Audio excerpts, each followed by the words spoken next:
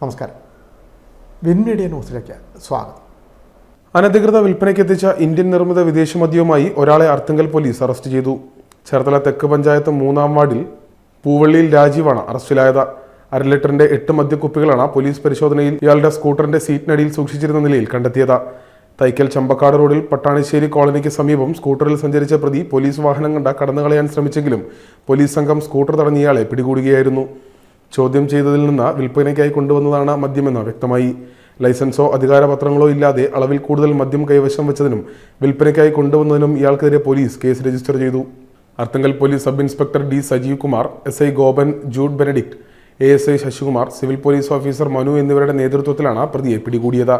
അർത്തുങ്കൽ പെരുന്നാൾ പ്രമാണിച്ച പ്രദേശത്ത് അനധികൃത മദ്യവിൽപ്പനയും ലഹരി ഉപയോഗവും തടയുന്നതിനായി ചേർത്തല അസിസ്റ്റന്റ് സൂപ്രണ്ട് ഹരീഷ് ജെയിൻ IPSന്റെ നിർദ്ദേശപ്രകാരം അർത്തുങ്കൽ പോലീസ് ഇൻസ്പെക്ടർ PG മധുവിന്റെ നേതൃത്വത്തിൽ അർത്തുങ്കൽ പോലീസ് സ്റ്റേഷൻ പരിധിയിൽ ഊർജിതമായ പരിശോധനയ്ക്കിടെയാണ് പ്രതിയെ പിടികൂടിയത്.